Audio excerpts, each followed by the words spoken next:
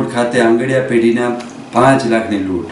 રાજકોટ શહેરમાં હવે ગુનાખોરી ચરમસીમાએ પહોંચી ગઈ હોય તેવું લાગી રહ્યું છે। હત્યા, ફાયરિંગ, ચોરી અને લૂંટની ઘટનાઓ જાણે રાજકોટને સોફ્ટ ટાર્ગેટ બનાવ્યું હોય તેમ અવારનવાર બનતી ઘટનાઓથી રાજકોટ હચમચી ઉઠ્યું છે। ત્યારે સમી સાંજે વધુ એક આંગડિયા પેઢીના કર્મચારીને માર મારી 5.5 લાખ રૂપિયાની રોકડની લૂંટ ચલાવી 2 લૂંટારો બાઇક લઈ ફરાર થઈ જતા પોલીસ તંત્રમાં ભારે દોડધામ મચી જવા પામી હતી।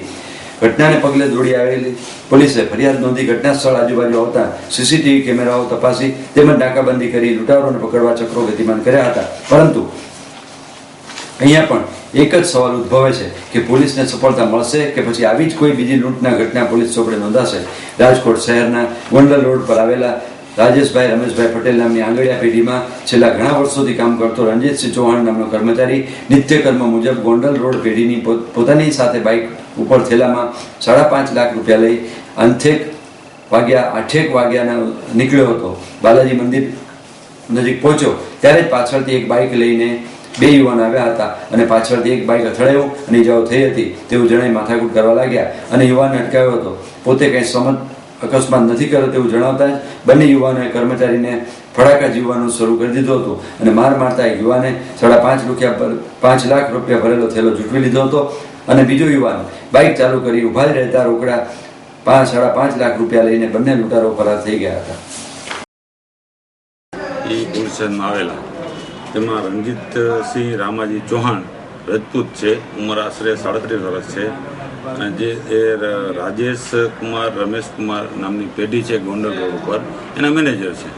એ આવી જાણ કરી કે ભાઈ હું પેઢીએથી એ સાંજના મારા બાઇક ઉપર 5.5 લાખ રૂપિયા લઈને નીકળેલો અને કાવેરી હોટલની સામે થઈ પસાર થતો હતો ત્યારે તેની પાછળથી એક હોન્ડાની ઉપર 2 ઇસમો આવેલા અને એને આવીને જણાવેલ કે ભાઈ તું કેમ અમારે મોટરસાઇકલની સાથે ભટકાડીને ભાગે છે, બરાબર। એટલે જેમ થાય તેમ ગાળો આપી અને મોટરસાઇકલ એને ઊભું રાખવાનું જણાવેલું। એટલે ફરિયાદીએ મોટરસાઇકલ ઊભું રાખ્યું। એ સમય દરમિયાન આ લોકો બંને જણા હતા એણે પણ મોટરસાઇકલ ઊભું રાખ્યું અને ફરિયાદીને મોટરસાઇકલ ઉપર જ 2-3 લાફા મારી દીધેલા, બરાબર, અને પછાડી દીધેલા। એ સમય દરમિયાન આ જે 2 ઇસમો હતા એમાંથી એકે થેલો જૂટવી અને ભાગવા લાગેલો અને બીજો છે એ મોટરસાઇકલ ચાલુ કરી અને આગળ જઈ ઓળને બેસાડી લઈ અને ભાગી ગયેલ છે, જે આશરે 5.5 લાખ રૂપિયાની રકમ છે। રાજકોટ ખાતે મંદિરનું ડિમોલિશન કરાયું। રાજકોટ શહેરના વોર્ડ નંબર 5ના રહીશોને સુવિધા માટે એક ઓવરબ્રિજ બનાવવામાં આવી રહ્યો છે। આ ઓવરબ્રિજ બનાવવા માટે અગાઉ પણ અનેક નડતરરૂપ બાંધકામો દૂર કરવામાં આવ્યા હતા, ત્યારે આજે આ ઓવરબ્રિજ બનાવવામાં નડતરરૂપ હનુમાનજી મંદિરનું મંદિર તોડી પાડવામાં આવ્યું હતું। આ મંદિરનું ડિમોલિશન કરવામાં આવતા સ્થાનિક લોકોમાં અંદરખાને રોષ જોવા મળ્યો હતો। રાજકોટ શહેરના ભગવતીપુરા વિસ્તારના લોકો માટે મહત્વનો પ્રશ્ન રેલવે ફાટકનો હતો। આ રેલવે ફાટકને લીધે હર હંમેશ ટ્રાફિક થતો હતો। આ ટ્રાફિકની સમસ્યા નિવારવા માટે ઓવરબ્રિજ બનાવવામાં આવી રહ્યો છે। ઓવરબ્રિજ બનાવવા માટે અગાઉ નડતરરૂપ દુકાનો અને મકાનો તોડી પાડવામાં આવ્યા હતા, ત્યારે આ ઓવરબ્રિજ બનાવવામાં નડતરરૂપ રસ્તામાં વચ્ચોવચ્ચ આવેલ હનુમાનજી દાદાનું મંદિર તોડી પાડવા નિર્ણય લેવાયો હતો, જેના ભાગરૂપે મનપાનો સ્ટાફ ચુસ્ત બંદોબસ્ત સાથે દોડી ગયો હતો અને બુલડોઝરની મદદ લઈ આંબાનું નાનું મંદિર એવું તોડી પાડવામાં આવ્યું હતું। હનુમાનજી દાદાનું મંદિર તોડી પાડવામાં આવતા ભક્તોમાં અંદરખાને રોષ ભભૂકેલો જોવા મળ્યો હતો, પરંતુ તંત્ર અને શાસક સામે કોઈ બોલી શકે તેમ નહીં હોવાથી આ મંદિરના ડિમોલિશન અંગે વિરોધ દર્શાવી શક્યા ન। રાજકોટ મ્યુનિસિપલ કોર્પોરેશન તરફથી ભગવતીપુરામાં શાક માર્કેટ પાસે ઓવરબ્રિજના કામમાં નડતરરૂપ હનુમાનજીનું મંદિર છે તે લોકોના સહકારથી શાંતિપૂર્ણ રીતે દૂર કરવામાં આવેલ છે। Deputy engineer Rajkot municipal corporation M.R. Joshi.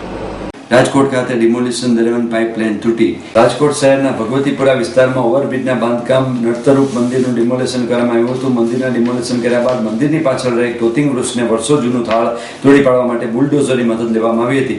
આ વૃક્ષનું થડ તોડતી વેળાએ જમીનની અંદર રહેલી પાણીની પાઇપલાઇન ધડાકેબાદ તૂટી પડતા નદીઓ વહેતી થઈ ગઈ હતી અને પાણી વહેતું થઈ ગયું હતું। એક તરફ ડિમોલિશન અને બીજી તરફ પાણીની પાઇપલાઇન તૂટી જતા લોકોમાં ભભૂકી ઉઠેલો રોષ બેવડાઈ ગયો હતો અને તંત્ર દ્વારા કરવામાં આવેલી કામગીરી બદલ આકરી ટીકાઓ કરી હતી। રાજકોટ ખાતે ડબલ મર્ડરના 5 હત્યારાઓ ગિરફતાર। રાજકોટ કુવાડવા હાઈવે ઉપર આવેલ જામગઢ ગામે 2 દિવસ પૂર્વે રાત્રે પ્રેમ પ્રકરણમાં કોળી પરિવાર ઉપર હુમલો કરી પિતા પુત્રને મોતને ઘાટ ઉતારી દેવામાં આવ્યા હતા. આ ડબલ મર્ડરની ઘટનામાં પોલીસે 5 આરોપીની ધરપકડ કરી જરૂરી કાર્યવાહી હાથ ધરી હતી. જે તે વખતે આરોપીઓ ફરાર થઈ ગયા હોય કુવાડવા રોડ પર પોલીસ સ્ટેશનના સ્ટાફે કોમ્બિંગ કરીને 5 આરોપીને દબોચી લીધા હતા. આરોપીની દીકરીએ 1.5 વર્ષ પહેલા મૃતકના પુત્ર સાથે લગ્ન કર્યા હોય તેને ખાર રાખીને હુમલો કર્યો હતો. ડબલ મર્ડરમાં ડખ્ખો પરિણમ્યો હતો. રાજકોટ શહેરના કુવાડવા હાઈવે પર આવેલ જામગઢ ગામે રહેતા નરસિંહભાઈ સાદિદિયાના પુત્ર પ્રકાશે 1.5 વર્ષ પહેલા ગામમાં રહેતી કોળી પરિવારની વર્ષા સાથે પ્રેમ લગ્ન કર્યા હતા અને તે રાજકોટ રહેવા આવી ગયો હતો. થોડા સમયથી પ્રકાશ અને વર્ષા બંને ગામમાં પોતાને ઘરે આવતા હોય વર્ષના પરિવારજનો દ્વારા રાગદેશ સ્વરવામાં આવ્યો હતો. જો પ્રકાશ અને વર્ષા ગામમાં ફરીથી રહેવા આવી જાય તો આબરૂ જતી રહેશે તેવી ભીતિએ 2 દિવસ પૂર્વે રાત્રિના સમયે પ્રકાશના પિતા તેનો ભાઈ સહિતના વાડીએથી પરત ઘરે આવતા હતા ત્યારે વર્ષાના પિતા સહિતના લોકોએ ધોકા ધારિયા લોખંડના પાઇપ સહિતના હથિયારો વડે ઘટક હુમલો કર્યો હતો. જેમાં ગંભીર રીતે ઘવાયેલા પ્રકાશના પિતા નરસિંહભાઈ અને ભાઈ વિજયના મોત નિપજ્યા બનાવ ડબલ મર્ડરમાં પરિણમ્યો હતો. બેવડી હત્યાના પગલે નાના એવા ગામમાં ભારે સનસનાટી મચી જવા પામી હતી. હત્યારાઓ હત્યા નિપજાવી ભૂગર્ભમાં ઉતરી ગયા હતા અને પોલીસે આરોપીઓને પકડવા કવાયત હાથ ધરી હતી. પોલીસ ડબલ મર્ડર ગુનામાં ધર્મેશ, મુકેશ, મોહન, અશ્વિન અને રઘુ સહિતના 5 આરોપીને ધરપકડ કરી જરૂરી કાર્યવાહી હાથ ધરી છે. આ પ્રકાશભાઈ આરોપી નંબર 2 જે મોહનભાઈ અમરસિંહભાઈ છે આજથી 1.5 વર્ષ પહેલાં સિવિલ મેરેજ એની સાથે કરેલ જેનું મન દુઃખ હોય. પ્રકાશભાઈ 24 તારીખના રોજ જામગઢ ખાતે જોઈ જતા અને આરોપી પક્ષોને અગાઉનું મન દુઃખ હોય જેથી તાત્કાલિક એના ઉપર હુમલો કર્યો. જેમાં હુમલામાં નરસિંહભાઈ ડાયાભાઈ ફરિયાદી એના ફાધર અને વિજયભાઈ એટલે ફરિયાદીના ભાઈ વિજયભાઈ નરસિંહભાઈ અને એ ઉપરાંત હિતેશભાઈ તથા ધનજીભાઈને મરણતોડ માર મારતા જેમાં વિજયભાઈ નરસિંહભાઈનું મર્ડર થયેલ છે. ધોરણસરની કાર્યવાહી કરી તાત્કાલિક આરોપીને પગેરું શોધતા જે તે વખતે ભાગી ગયેલો હોય પરંતુ આજ રોજ 12 વાગે અટક કરવામાં આવેલ છે. આરોપીની 5ની ધરપકડ કરવામાં આવેલ છે. મોહનભાઈ અમરસિંહ, મુકેશભાઈ અમરસિંહ, અશ્વિન રઘુ, ધરમસિંહભાઈ અમરસિંહ એમ કુલ 5 આરોપીની ધરપકડ કરવામાં આવી. ગોંડલ યુવા કોંગ્રેસ દ્વારા કપાસ તેમજ મગફળીના ટેકાના ભાવ બાબતે આવેદનપત્ર. મુખ્યત્વે ગુજરાત રાજ્યના ખેડૂતો પોતાની ખેતીની જમીનમાં કપાસ તેમજ મગફળીનું વાવેતર કરે છે. હાલમાં પૂરતો ખેતીલાયક વરસાદ ન થવાને કારણે ખેડૂતોને પોતે વાવેલ કપાસ તેમજ મગફળીનું પૂરતું ઉત્પાદન મળતું નથી તેમજ ઘણું ઓછું ઉત્પાદન થયેલ છે અને જે ઉત્પાદન થયેલ છે તે કમોસમી વરસાદ તેમજ માવઠાને લીધે તો પાકનો મોટો બગાડ થયેલ છે. તેથી ગુજરાતના ખેડૂતોની હાલત દયાજનક છે. ભારત સરકાર તેમજ ગુજરાત રાજ્ય આ સરકારની બાબત સંપૂર્ણ જવાબદારી હોવા છતાં આજ લગી આ બાબતે કોઈ પગલાં ભરેલ નથી. આ બાબતે ખેડૂતોના હિત માટે તાત્કાલિક પગલાં લઈ કપાસના ટેકાના ભાવ મણ દીઠ 1200 રૂપિયા તેમજ મગફળીના ટેકાના ભાવ ₹1000 જાહેર કરી ખેડૂતોને તાત્કાલિક યાર્ડમાંથી સરકારશ્રીએ ખરીદવાની વ્યવસ્થા કરવી તેઓ ભૂતકાળની કોંગ્રેસ સરકાર દ્વારા ખેડૂતોના વિશાળ હિતમાં તાત્કાલિક પગલાં લઈ પોષણક્ષમ ભાવ આપેલા જે આજ લગત અપાયા નથી. ત્યારે હાલની કેન્દ્ર સરકાર ખેડૂતોની મસ્કરી કરી દેખાવ પૂરતી ₹800ના ભાવે સીસીટીવી દ્વારા ખરીદી શરૂ કરેલ છે તો ખરેખર ભાવ ખેડૂતોની સંજોગોમાં પોસાય તેમ નથી કારણ કે આ ભાવ પડતર ભાવથી પણ 400 થી 500 ઓછા છે. હાલ કેન્દ્રની મોદી સરકાર દ્વારા ખેડૂતોના હિત બાબતની માત્ર ખોટી ભ્રામક વાતો કરી અને હાલમાં જ્યારે ખેડૂતલક્ષી પગલાં લેવાને બદલે તેઓ આ જવાબદારીમાં છટકી રહ્યા છે. માત્ર તેવા મોટા ઉદ્યોગપતિઓની સરકાર હોય તેઓની હિત વિચાર કરી રહી છે ત્યારે ખેડૂતો પૂરતો વરસાદ ન થયેલો હોય અને પૂરતો પાક ન થયેલો હોય તેમજ જે ઓછો પાક થયેલ છે તેને પોષણક્ષમ ભાવ મળતા નથી. તેથી ખેડૂતો દેવામાં ડૂબી ગયા છે. માથે કરેલ કરજ સમયસર ચૂકવી ન શકવાને કારણે ખેડૂતો દિન પ્રતિદિન આપઘાતના બનાવ બની રહ્યા છે. તે અગાઉની કોંગ્રેસ પોષણક્ષમ આપેલ તેમજ 72,000 કરોડનું દેણું ખેડૂતોને વિશાળ હિતમાં માફ કરેલ તે હાલની કેન્દ્ર સરકાર તથા રાજ્યની સરકારોએ ઉદ્યોગપતિઓની ચિંતા છોડી ધરતીપુત્રની ચિંતા કરી તાત્કાલિક પોષણક્ષમ ભાવ તથા તેમને ખેડૂતો બોજો હોય તે માફ કરવો અન્યથા ઉપરોક્ત માંગણી અને તાત્કાલિક પગલાં લેવામાં નહીં આવે તે ખેડૂતોને સાથે રાખી સરકાર સામે ગામડે તેમજ શહેરમાં ગરીબ ખેડૂત હિત વિરોધથી સરકાર સામે ઉગ્ર આંદોલન કરવામાં આવશે. તેની સંપૂર્ણ જવાબદારી રાજ્ય સરકારની રહેશે.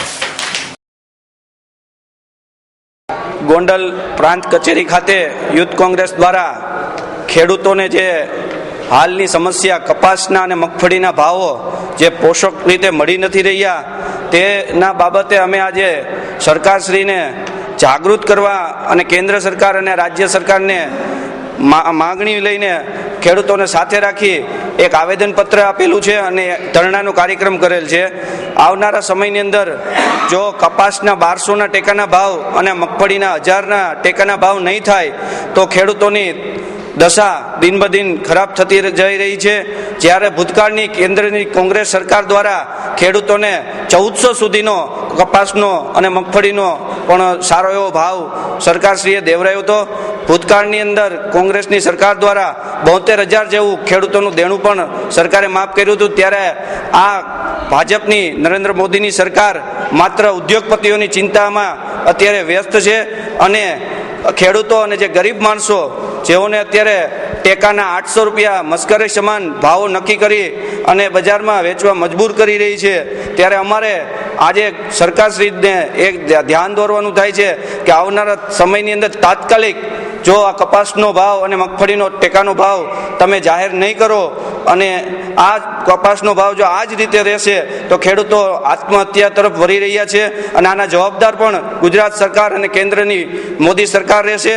તો આવનારા સમયની અંદર જો આ ટેકાના 1200 અને 1000 રૂપિયા જેવા મગફળીના ભાવ નહીં થાય તો ખેડૂતોને ઉગ્ર આંદોલન કરવાની ફરજ પડશે અને આની જવાબદારી સરકારશ્રીની રહેશે અને આવનારા સમયની અંદર આનો ઉગ્ર વિરોધ પણ થશે. તો આ બાબતે અમારી તાકીદ સરકારને અરજ છે કે આ ટેકાના ભાવ જાહેર કરે એવી અમારી તાકીદ અરજ છે. આપ નિહાળતા રહો સિટી લાઇન ન્યૂઝ ચેનલ. આ હતા આજના મુખ્ય સમાચારો.